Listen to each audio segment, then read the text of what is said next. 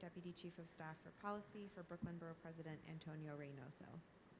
Good evening. I'm Spencer Williams, Director of Land Use and Topography for Brooklyn Borough President Antonio Reynoso.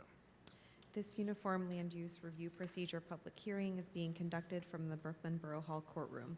There is one application on the agenda. Please note that this hearing is being recorded to comply with the open meetings law. The video will be posted on the Brooklyn Borough Presidents YouTube channel. Following the applicant's presentation and our question and answer session, members of the public who are in attendance tonight will have the opportunity to testify on the applications. All comments are limited to 2 minutes. Members of the public may also submit comments to testimony@brooklynbp.nyc.gov for the Borough President's consideration until Friday, May 10th. Please call the first item. Calendar item number 1, 3033 Avenue V rezoning, map amendment and zoning text amendment, C240131ZMK, N240132ZRK.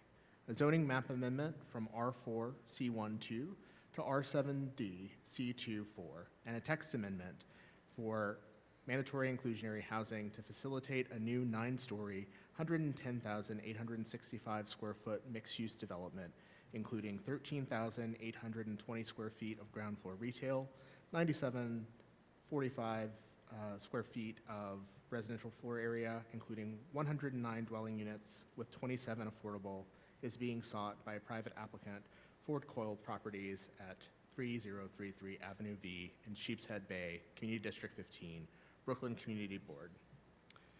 Brooklyn Community Board voted to conditionally approve this application on April 16th, with a condition that the developer maintain 109 parking spots as to ease the parking constraints of the neighborhood and provide 27 affordable units. Welcome to the applicant. Please state your name and present this application. Hi, thank you. Neil Weisbart from the law firm of Seifar Shaw. I appear before you on behalf of Ford Coyle Properties, the owner of 3033 Avenue V. Let me just, this doesn't seem to be.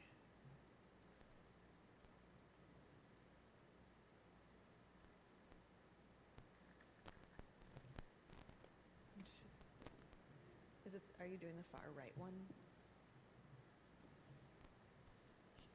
Oh, here we go. Yeah. Something happened. Or maybe you have to do it manually. I could tell you when to move on if that's okay.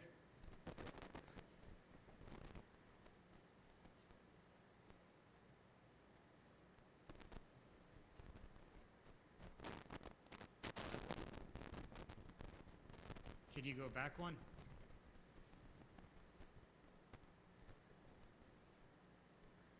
All right. Okay, just a summary of the land use actions. The first action is an amendment to zoning map 29A, changing the existing R4 resident district underlying lot 36 on tax block 7367 to an R7D residence district within a C2-4 commercial district overlay. The second action is an amendment to the text of Appendix F of the zoning resolution to create a mandatory inclusionary housing area on the project area. As you mentioned, Brooklyn Community Board number 15 recommended approval of these actions in a vote of 27 in favor and 2 opposed. Next slide, please. The site is a 20,000 square foot lot located on the north side of Avenue V between Ford and Coyle Streets. There are 3 frontages, and 2 of those frontages are a wide street, which is Coyle Street and Avenue V. Next slide, please. Here's an existing photograph of the site. It's improved with a 1-story building containing 11 commercial establishments. Next slide, please. On the left is the existing zoning map, which shows that the site's within an R4 district and a C1-1 commercial overlay. On the right side is a proposed, in red, the R7D/C2-4 commercial overlay. Also to the east of the site is another proposed rezoning that is not yet certified at city planning, but is looking to map the north side of Avenue U to an R7X and other portions as an R7A and R6A. Next slide. The site is circled in red, and as you can see there to the south are the Nostrand Avenue houses, which are improved with 6- and 7-story buildings. Next slide. The proposal is to construct a 9-story mixed-use building with 97,000 square feet of residential floor area, 14,000 square feet of commercial on the ground floor. It will contain 109 apartments, 37 studios, 43 one-bedroom, 25 two-bedroom, and 4 3-bedroom. Under option 1 of the mandatory inclusionary housing program, 27 of the units will be affordable, and at the request of Community Board number 15, there will be 109 attendant parking spaces, 1 for each dwelling unit. Although the 9th floor is barely visible from the street, but it's important to note that adjacent to the R4 district on Ford Street, the maximum height within 25 feet of such area of the building is limited to 55 feet. Next slide. These are just some renderings. Next slide, please. Next slide. The area is well served by bus transportation. There is a stop on Avenue U, just north of the site. Next slide, please. The site is not located in a flood zone. It's also considered an area of minimal flood hazard. There's no records of underground streams in the area, and even during there is a cellar in the existing building, and there has never been any flooding even during Hurricane Sandy. Next slide. The proposal will also include numerous sustainable elements to the new building, including active solar power, a green roof, rainwater harvesting, utilizing environmentally friendly materials, as well as bioswales and a rain garden. Next slide. The remaining slides are just pictures of the plans. If you'd like me to go through them, I can go through them, but there'll be 2 sub-cellar levels. Next slide. This is sub-level 2. Next slide. This will be the ground floor, which will be improved with contain 8 commercial units.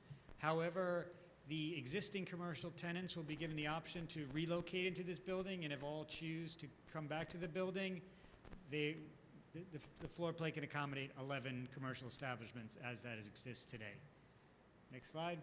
So this is the second residential floor, and next slide. Next slide. And then just go through, as you can see, the footprint gets smaller and set back as you get to the upper floors. Next slide. Next slide. Next slide. And next slide. And finally, next slide. And on the 9th floor, you can see that the building is set back, and that's why it's barely visible from the street. And I'd be happy to answer any questions that you may have. Thank you. Does the applicant have an affordable housing administrator in mind for the MIH units? Not at this time, but I have worked with Breaking Ground in the past and was going to recommend that to the applicant, but we'd be happy to utilize an administrator that the Borough President recommends.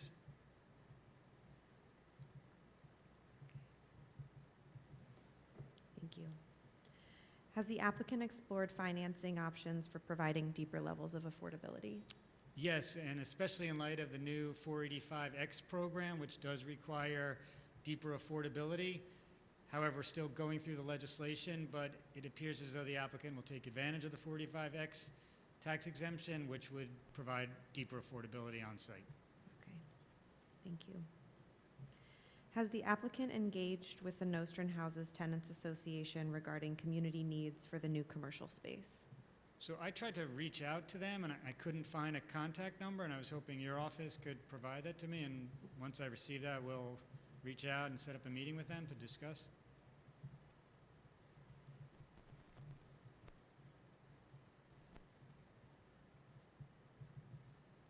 Okay. And final question, what is the cost of providing 1 parking space per dwelling unit? What cost savings could be achieved by providing only the amount of parking required by zoning? And would these cost savings enable deeper levels of affordability in the MIH units or reduced rents in the market rate units? So under the current zoning, 45 spaces would be required. And the cost of a parking space is the construction cost is between $15,000 and $20,000 per space. So therefore, if only the required amount of parking was provided, the construction cost would be reduced between 1 and 1.25 million. Yes, the owner is open to exploring deeper affordability based on this savings. However, the applicant committed to Community Board number 15 to provide a space for each dwelling unit. So that's the plan right now, to proceed under that commitment.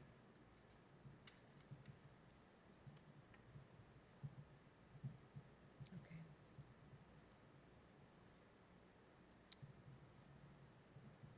All right. Thank you. You're now excused. Thank Thank you you. so much. We will now call for testimony on this application from members of the public in attendance tonight. Please note that all comments are limited to 2 minutes. Confirming there is no testimony unless we're all good. Hearing no further comment, this item is now closed. This ULURP public hearing is now closed.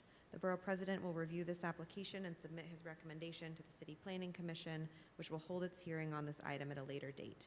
As a reminder, members of the public may submit comments to testimony@brooklynbp.nyc.gov for the Borough President's consideration until Friday, May 10th. This meeting is now adjourned.